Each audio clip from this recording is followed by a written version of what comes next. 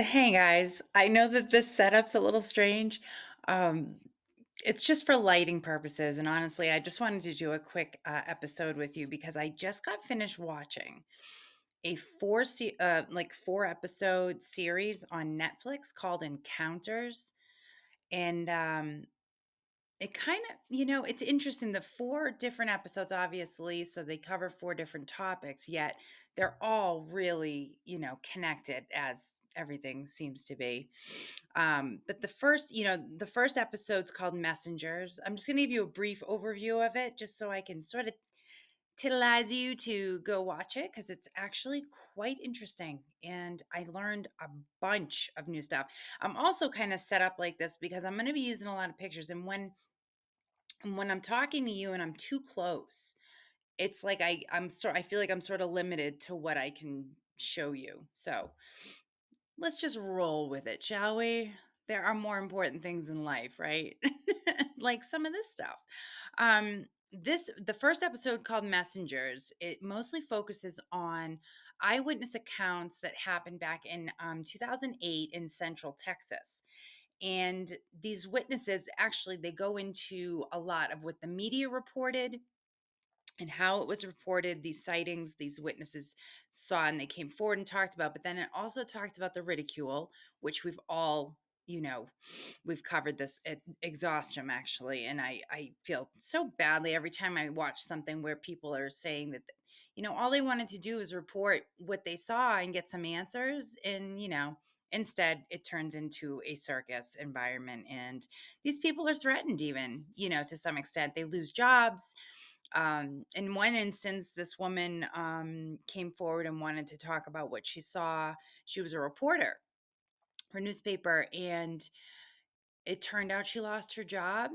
The editor just took her computer, removed it, and was awful about the whole incident. Didn't want to have anything to do with it or be associated with it. Come to find out, a couple months later, after actually a couple of years later, excuse me, this editor had her own experience and felt absolutely horrible about how she treated this other woman. And it was too late because the other woman had passed away tragically. So, yeah, just, always be, think before you decide to cut somebody down for something that they're claiming to believe, because there's a lot out there. People have a lot they want to say and they won't, and it tears them up in their minds and their bodies. It results in a lot of angst, for a lot of people who won't talk about it because of the fear of ridicule. So just something, food for thought. um, there's also people in this episode, which was wild. They talk about their own experiences physically, like with a extraterrestrial or whatever. They say that, their experiences weren't just limited to seeing these lights, but they were interacted with in some manner. So that's the first episode. So I was like, now, from what you know of me, which if you're new to watching this, I am doesn't take much. If you're going to mention my keywords like UFO abduction and all these things, I'm in for the long haul. The next episode is called Believers, and they mainly focus on the mass sighting that happened in 1994 at a school in Zimbabwe. And this was a sighting seen by more than 60 children. I think it was 62. I think that's what the picture I showed you is. And these kids, as you'll see in the pictures I'm showing you, they all had, very similar renditions of what they experienced. And they say they saw a UFO and beings, and that they were communicated with telepathically. Okay. Now, some of the children were able to be interviewed, more recently, and their recollections were spot on, almost exact, pretty much to what they experienced as children. Maybe as adults, they had better words to explain it, but it was still essentially all the same. Um, it's funny. In most instances, the messaging was all relative to how the human race is destroying the planet and how we have the ability to fix it. Um, but it's all a question of would we. And I also sat back and kind of was like, okay, this is one of those questions I've always had, why do extraterrestrials, or have they over the course of history, seem to seek out children when children clearly do not have the resources or the knowledge at the point in their lives when they're having these experiences to really understand um, climate change, or war to a lot of extent, right? They're protected a lot from their parents, other grown-ups, etc. But then I can't. I kind of came to a realization that I think this is my theory only.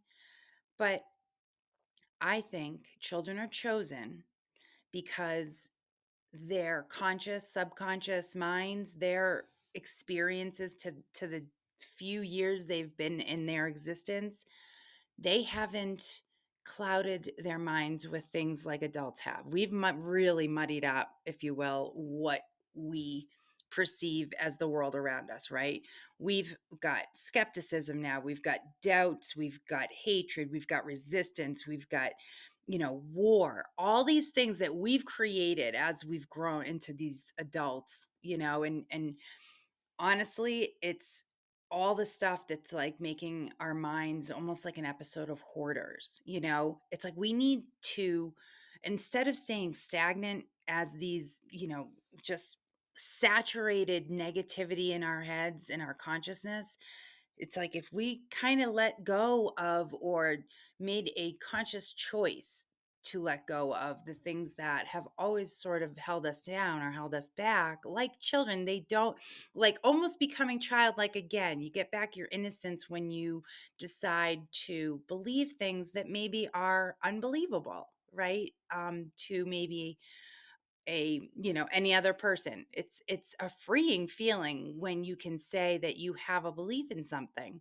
that you don't necessarily need to tangibly feel it, and even though I have had my own experiences seeing things in the sky or whatever, I don't know exactly what they were, but in my mind they were not of this planet, which is great. I Who cares? I think it's wonderful. Have a look around. As far as I'm concerned, you see things that need to be fixed, let's work together to fix those things. But I do think that these messages or warnings are given to children because they're delivered telepathically. um, but the children, when they're using their words to explain it, they're so simple. It's basic, and it's like, stop hurting the planet or it and us will die. I mean, I know it's horrible, and it's terrifying to a child to hear that and to have to say it to an adult, but to an adult, it should be like the red flag of the century, the life, I mean, of all time. Like, it's chilling. We need to change the way things are happening now. And if we don't, we're done. We're done. It's just a matter of time. And I think we all know that. But anyway, that's my theory. I think it's the innocence of children in their conscious and subconscious minds. I think that they have this lovely, pure plane that they can exist on, where they're open to these messages. And I just hope that when they are passed on to the grown-ups who perhaps have the power, something can be done. Um, there's also an episode, I'm going to briefly touch on this, on Broadhaven Triangle. I would just suggest you Google it and look it up. I've done it. It's fun. It's an interesting thing. But there's also a correlation again to a school. So it's this like tiny Welsh village, and I'm showing you pictures, I think, or a picture of the kids holding up their pictures of what they drew. But again, with children, and there's also an astrophysicist in this episode that discusses the correlation and relationship that UFOs, UAPs, whatever, have with water. I think we all have heard at like length from even Commander Fravor, with the Tic Tac video, who saw, this go into the water, out of the water. It's all related. It's they've got stuff going on underground. I mean, under the water. It's a massive concept that is real in my mind anyway. So the final episode is called Lights Over Fukushima. All right. Now, back in 2011, there was a massive earthquake in Japan, and the epicenter was rel- uh, around this nuclear power plant. And there was a disaster. I mean, huge nuclear disaster in Fukushima. And this, I think I showing you either I showed you a picture of the before, right before the earthquake struck, and then there was a tsunami after that. That's what destroyed, oh my God, just annihilated so much of the area. But anyway, um, and you can see the lights. I think I showed you that's right before the earthquake. And then I'm going to show you the lights that came after the earthquake and after the explosion at the nuclear power plant. So, the survivors who went back or were seeing the lights above this disaster claim to have been seeing UFOs, okay? But there were others, okay, who think that what they were seeing were actually the dead, the spirits and souls of the dead rising and ascending to heaven. Now, it's, who's right, who's wrong? I don't really think there is an answer to that because I don't think it's that simple. There is no right and wrong when it comes to faith and belief, right? Um, there's a professor of religious studies in this episode called, her name is Dr. Diana Pasluca, and she has some fascinating things that she brought up, some really interesting things to think about. For example, people, I should say non-believers, I guess, people speak of wanting to see evidence before they say they believe in anything otherworldly. Okay.